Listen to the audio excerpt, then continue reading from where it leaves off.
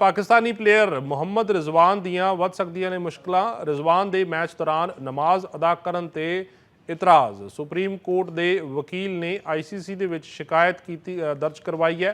ਮੈਦਾਨ ਦੇ ਵਿੱਚ ਨਮਾਜ਼ ਅਦਾ ਕਰਨਾ ਖੇਡ ਭਾਵਨਾ ਦੇ ਖਿਲਾਫ ਹੈ। ਨੀਦਰਲੈਂਡ ਦੇ ਮੈਚ ਦੌਰਾਨ ਰਿਜ਼ਵਾਨ ਨੇ ਨਮਾਜ਼ ਅਦਾ ਕੀਤੀ। ਮੁਹੰਮਦ ਰਿਜ਼ਵਾਨ ਦੀਆਂ ਮੁਸ਼ਕਲਾਂ ਜਿਹੜੀਆਂ ਉਹ ਵੱਧ ਸਕਦੀਆਂ। ਮੈਦਾਨ ਦੇ ਵਿੱਚ ਨਮਾਜ਼ ਅਦਾ ਕਰਨਾ ਖੇਡ ਭਾਵਨਾ ਦੇ ਖਿਲਾਫ ਹੈ। ਨੀਦਰਲੈਂਡ ਦੇ ਮੈਚ ਦੌਰਾਨ ਰਿਜ਼ਵਾਨ ਨੇ ਨਮਾਜ਼ ਅਦਾ ਕੀਤੀ ਸੀ। ਵਨੀਤ ਜਿੰਦਲ ਦੇ ਵੱਲੋਂ ਪਾਕਿਸਤਾਨੀ ਪਲੇਅਰ ਮੁਹੰਮਦ ਰਿਜ਼ਵਾਨ ਜੋ ਕਿ ਕ੍ਰਿਕਟ ਖਿਡਾਰੀ ਨੇ, ਰਿਜ਼ਵਾਨ ਦੇ ਮੈਚ ਦੌਰਾਨ ਨਮਾਜ਼ ਅਦਾ ਕਰਨ ਤੇ ਇਤਰਾਜ਼ ਜਿਹੜਾ ਉਹ ਪ੍ਰਗਟਾਇਆ ਗਿਆ। ਸੁਪਰੀਮ ਕੋਰਟ ਦੇ ਵਕੀਲ ਨੇ ICC ਦੇ ਵਿੱਚ ਸ਼ਿਕਾਇਤ ਦਰਜ ਕਰਵਾਈ ਹੈ। ਇੰਟਰਨੈਸ਼ਨਲ ਕ੍ਰਿਕਟ ਕਾਉਂਸਲ ਜੋ ਕਿ ਕ੍ਰਿਕਟ ਨੂੰ ਰੈਗੂਲੇਟ ਕਰਨ ਵਾਲੀ ਬਾਡੀ ਹੈ, ਮੈਦਾਨ ਦੇ ਵਿੱਚ ਨਮਾਜ਼ ਅਦਾ ਕਰਨ ਤੇ ਇਤਰਾਜ਼ ਜਤਾਇਆ ਗਿਆ। ਨੀਦਰਲੈਂਡ ਦੇ ਮੈਚ ਦੌਰਾਨ ਦੱਸਦੀਏ ਕਿ ਮੁਹੰਮਦ ਰਿਜ਼ਵਾਨ ਨੇ ਨਮਾਜ਼ ਅਦਾ ਕੀਤੀ ਸੀ। ICC ਨੂੰ ਇਸ ਚੀਜ਼ ਦੀ ਸ਼ਿਕਾਇਤ ਕੀਤੀ ਗਈ ਹੈ ਸੁਪਰੀਮ ਕੋਰਟ ਦੇ ਵਕੀਲ ਨੇ।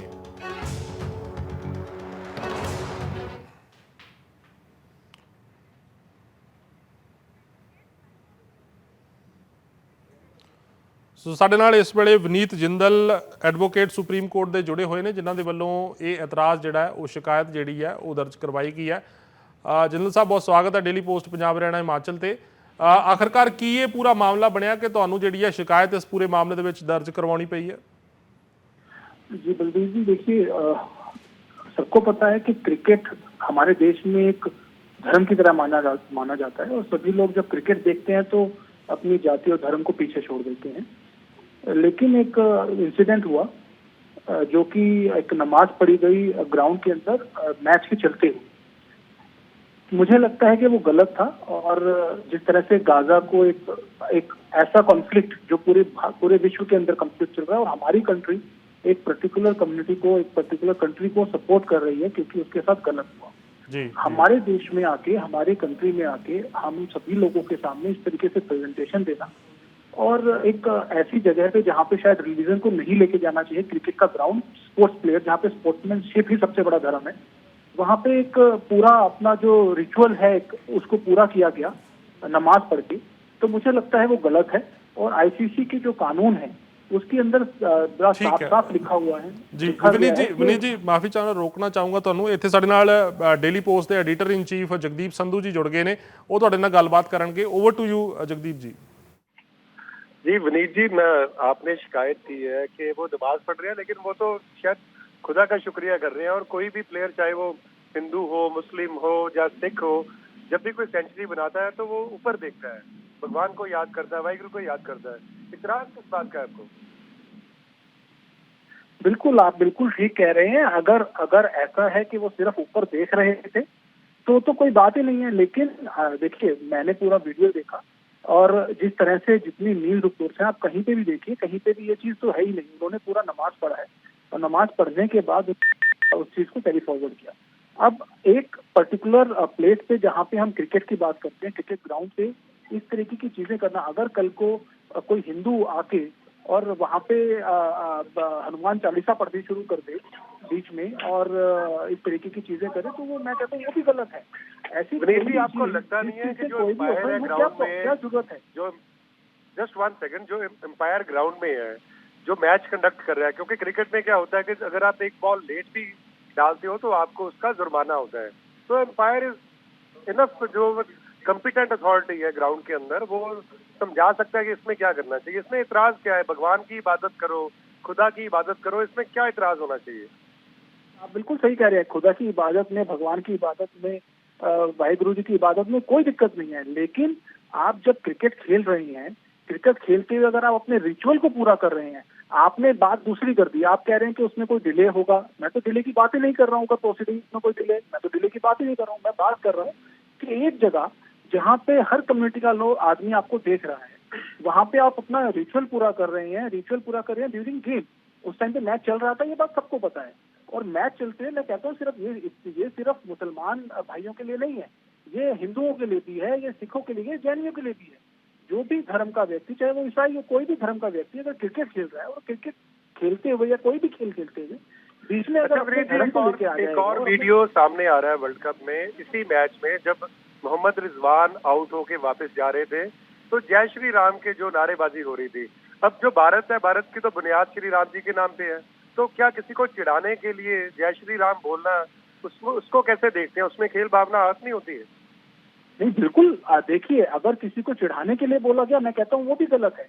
अगर किसी को चिढ़ाने के लिए बोला गया तो वो गलत है, बिल्कुल गलत है। जय श्री राम, अल्लाह अकबर, वाहिगुरु जी खालसा, सभी धार्मिक वो है और सबका सम्मान होना चाहिए। लेकिन आप कंपैरिजन मूव करेंगे जिस तरह से मोहम्मद रिजवान को चिढ़ाया गया, ग्राउंड से बाहर जा रहा, हालांकि जिस तरह का बयान दिया उन्होंने हमास के हक में, उससे क्रिकेट फैंस के साथ साथ पूरे जो अमन पसंद लोग हैं उनको भी इतराज होगा कि अगर उनको करना ही था वो इजरायलियों के बारे में बोलते कि जो इनोसेंट लोग मरे हैं। लेकिन आपको लगता नहीं खेल और पॉलिटिक्स बिल्कुल सेपरेट रहने चाहिए? ठीक है, उन्होंने सपोर्ट किया, उसको क्रिटिसाइज कर रहे हैं, तो भगवान श्री राम के जब नारा तो होना चाहिए जय सिया राम। तो जय श्री राम तो एक स्लोगन बन गया भारत में, जब किसी को अटैक करना हो, किसी को चढ़ाना हो। तुमने देखा कि ममता बनर्जी के प्रोग्राम में जय श्री राम बोला जाता है, अब मोहम्मद रिजवान को चढ़ाया जा रहा है। तो ये तो हमारी मेहमान नवाजी का हिस्सा नहीं है ना। भारत की तो मेहमान नवाजी पूरी दुनिया ने G20 में देखी है। वहां पे अगर जय श्री राम के नारे लगते हैं तो कैसा वो जो लीडर्स आए थे, वर्ल्ड लीडर्स, वो कैसे देखते इसको? सुनिए, अब मेहमान नवाजी, आपको मेहमान और मेहमान दोनों को अपनी जो हिस्सेदारियां हैं उनको मेंटेन रखना पड़ता है। अगर कोई भी उस सीमा को लांघेगा, उस सीमा से आगे जाएगा, तो कहीं ना कहीं उसका खामियाजा भुगतना पड़ेगा। अब देखिए, जब ये सब चीजें हो रही थी, किसी ने पाकिस्तान के लोग बड़े खुश हुए। वकार यूनिस ने ये बोला था कि देखिए, मुझे सबसे अच्छा ये लगा कि 80 लाख हिंदुओं के सामने जो है रिजवान ने नमाज पढ़ी, उससे अच्छा और उससे बढ़िया मेरे लिए कुछ हो ही नहीं सकता। मतलब एक मैच को छोड़ के आपने उस पूरे इंसिडेंट को पॉलिटिसाइज कर दिया। आप पूरे इस वर्ल्ड कप को आपने एक इस्लामिक रूप देने की कोशिश कर दी। तो ये क्या ठीक है? आप अगर इन चीजों को ठीक मानते हैं, जो आदमी इस चीज को ठीक मानता है, मैं मानता हूँ कि वो आदमी सांप्रदायिकता और वो आदमी हमारे देश में जो चलता है, हमारे देश में जो मान्यता है कि भाई सभी धर्म सब बराबर हैं, उन चीजों को ठेस पहुंचाने वाली चीजें हैं। जय श्री राम का नारा, जहां तक आपने कहा कि जय श्री राम का नारा बिल्कुल गलत है। अगर आप ये कहते हैं जय श्री राम का नारा चिढ़ाने के लिए लगाया जाता है तो बिल्कुल गलत है। अगर कोई पॉलिटिकल आइडियोलॉजी वाला आदमी कहने लगे जय श्री राम, तो आप ये कहेंगे जय श्री राम का नारा गलत हो गया, ये गलत है। जय श्री राम का नारा शुरू से है, आज से नहीं है, शुरू से है। जय श्री राम भी है, जय सीताराम भी है, ठीक है ना। तो वो उस चीज से कोई डिफरेंस नहीं है उस चीज में। आप उस चीज को मत कहिए कि जी वो चिढ़ाने देश की बुनियाद जय श्री राम पे रखी गई है। श्री राम के आदर्श जो है, जो उनके नाम से उनकी जो उन्होंने परंपरा सेट की है, उसी पे जय श्री राम के ऊपर ही भारत की बुनियाद है। लेकिन अगर वो चिढ़ा रहे हैं, उस वीडियो को अगर आप देखेंगे तो क्या उसकी भी आप शिकायत करेंगे? मैं तो कह रहा हूँ कि देखिए, अगर कोई ऐसा इंसिडेंट किसी को चिढ़ाने के लिए हुआ, बहुत जोर जोर से वहां पे बजाया गया, वहां पे देखिए, ये तो किसी ने नहीं कहा। बहुत लोग खुश हो रहे थे जब पाकिस्तान जिंदाबाद का वीडियो चलाया गया था, जब म्यूजिक चलाया गया, तब तो बहुत खुश हो रहे थे, तब तो किसी ने नहीं कहा। अगर किसी ने जय श्री राम का नारा लगा दिया तो आपको दिक्कत हो गई। अब जब वहाँ मोहम्मद रिजवान ने नमाज पढ़ी, बहुत लोग खुश हुए, पाकिस्तान के लोगों ने वाह क्या बात है। हिंदुस्तान में जाके, हिंदुस्तान की धरती के ऊपर, हिंदुस्तान के लोगों के सामने देखिए किस तरह से हमारे मुस्लिम भाई ने नमाज पढ़ दी। तो आप अगर ऐसी बातें करेंगे तो आप क्या भाईचारा बढ़ाने की बात कर रहे हैं? देखिए मनीष जी, जो स्टेडियम में जय श्री राम के नारे लग रहे थे, बहुत अपने आप में बहुत अच्छा लग रहा था, लेकिन जिस तरह से प्लेयर को हैकल किया गया, उस पर बहुत सारे लोगों को इतराज है।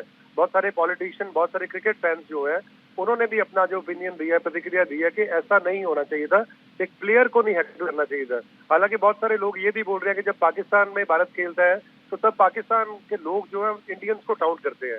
तो टिट फॉर टैट तो अच्छी बात नहीं है ना। अगर हमारे पास यहाँ पे वो आए हैं, मेहमान नवाजी हो रही है, स्टेडियम में अगर चैंटिंग हो रही है, बहुत अच्छा लग रहा था, लेकिन प्लेयर को हैकल करने के लिए तो अच्छी बात नहीं है ना ये। देखिए, आप मेरे से अगर एक बात को 4 बार बुलवाएंगे तो मैं बदलूंगा नहीं। मैंने आपको पहले ही बोला कि जय श्री राम का नारा हम सबके लिए मान्यता रखता है, और हम किसी को चिढ़ाने के लिए जय श्री राम का नारा नहीं लगाते। हम जय श्री राम का नारा लगाते हैं तो हम अपने और अपनी संतुष्टि के लिए लगाते हैं, हम अपने धर्म के लिए लगाते हैं, अपने देश के लिए लगाते हैं। जय श्री राम का नारा किसी को चिढ़ाने के लिए या किसी को चिढ़ाने वाला हो भी नहीं सकता। मैं ये मानता हूँ कि अगर कोई ग्राउंड की जी एक आखिरी सवाल विनीत जी, समय थोड़ा कम है। आपको लगता नहीं है जो एम्पायर वहाँ पे है उसका डिसीजन होना चाहिए कि ग्राउंड में क्या हो रहा है? ठीक है, वो भगवान का शुक्रिया, अल्लाह का जो भी नमाज पढ़ रहा आप कह रहे हो, हमें लगता है कि वो एक शुक्रिया कर रहा था और शायद उस टाइम ब्रेक भी चल रही थी जो विजुअल देख के लग रहा है। तो आपको लगता नहीं है कि एम्पायर जो है वो कॉम्पिटेंट है कि वो इस पे नेक्स्ट मैच में ना हो या पिछले मैच में क्या करना है उसका? क्योंकि मुझे लगता है कि जो एक वर्ल्ड कप है, एक प्लेटफॉर्म है जिसको पूरी दुनिया देख रही है कि भारत में क्रिकेट का मैच हो रहा है। ऐसे में अगर हम शिकायत करते हैं या हम पुलिस कंप्लेंट करते हैं, जो कुछ करते हैं, उससे लगता नहीं है कि कहीं ना कहीं एक कि इंडिया जो सेकुलरिज्म के लिए जाना जाता है किसी को नमाज पढ़ने से या प्रेयर करने से रोका है? ये सिद्धू जी, ये कोई अगर माइंडसेट बनाना चाहता है या कोई अपनी तरफ से कोई थ्योरी बनाना चाहता है तो बात अलग है। लेकिन अब हमने देखा है ग्राउंड के ऊपर बहुत सारी चीजें ऐसी होती हैं जो अंपायर की नजरों से बच जाती हैं, अंपायर गलती भी करते हैं। तो इसका मतलब ये नहीं है कि कोई आदमी उसकी रिपोर्ट नहीं कर सकता, कोई आदमी उसके लिए लिख नहीं सकता। वो कोई ऑफेंस नहीं है। अगर कुछ गलत हुआ है तो उसके लिए रिपोर्ट की गई है। तो गलत होगा तो सजा मिलेगी, नहीं होगा तो छूटेगा। उसमें इतना हो हल्ला मचाने वाली क्या बात है? मुझे तो ये समझ नहीं आई अब तक। मेरे पास कल से लगातार पाकिस्तान से, यूएस से, टर्की से फोन आ रहे हैं, बांग्लादेश से फोन आ रहे हैं, जान से मारने जलाने तक की धमकियां दी जा रही हैं। तो इस तरीके की चीजों को आप क्या कहेंगे? ठीक है, बहुत शुक्रिया विनीत जिंदल जी ਸਾਡੇ ਨਾਲ ਜੁੜਨ ਦੇ ਲਈ ਔਰ ਜਗਦੀਪ ਸੰਧੂ ਜੀ ਐਡੀਟਰ ਇਨ ਚੀਫ ਡੇਲੀ ਪੋਸਟ ਤੇ ਸਾਡੇ ਨਾਲ ਜੁੜਨ ਦੇ ਲਈ ਤੁਹਾਡਾ ਵੀ ਬਹੁਤ ਧੰਨਵਾਦ। ਸੋ ਮੁਹੰਮਦ ਰਿਜ਼ਵਾਨ ਦੇ ਵੱਲੋਂ ਨਮਾਜ਼ ਪੜ੍ਹੀ ਗਈ ਹੈ ਜਾਂ ਫਿਰ ਵੈਸੇ ਸਜਦਾ ਕੀਤਾ ਗਿਆ, ਇਸ ਦੇ ਉੱਪਰ ਜੋ ਕੰਟਰੋਵਰਸੀ ਜਿਹੜੀ ਹੈ ਉਹ ਖੜੀ ਹੋ ਗਈ ਹੈ। ਖੈਰ ਆਈਸੀਸੀ ਨੂੰ ਸ਼ਿਕਾਇਤ ਜਿਹੜੀ ਹੈ ਵਿਨੀਤ ਜਿੰਦਲ ਦੇ ਵੱਲੋਂ ਸੁਪਰੀਮ ਕੋਰਟ ਦੇ ਜੋ ਵਕੀਲ ਨੇ ਉਹਨਾਂ ਦੇ ਵੱਲੋਂ ਸ਼ਿਕਾਇਤ ਜਿਹੜੀ ਹੈ ਉਹ ਕੀਤੀ ਗਈ ਹੈ। ਫਿਲਹਾਲ ਇਸ ਖਬਰਾਂ ਦੇ ਵਿੱਚ ਇੰਨਾ ਹੀ। ਦਿਓ ਇਜਾਜ਼ਤ, ਧੰਨਵਾਦ। Daily Post, Punjab, Haryana, Himachal. Journalism of hope.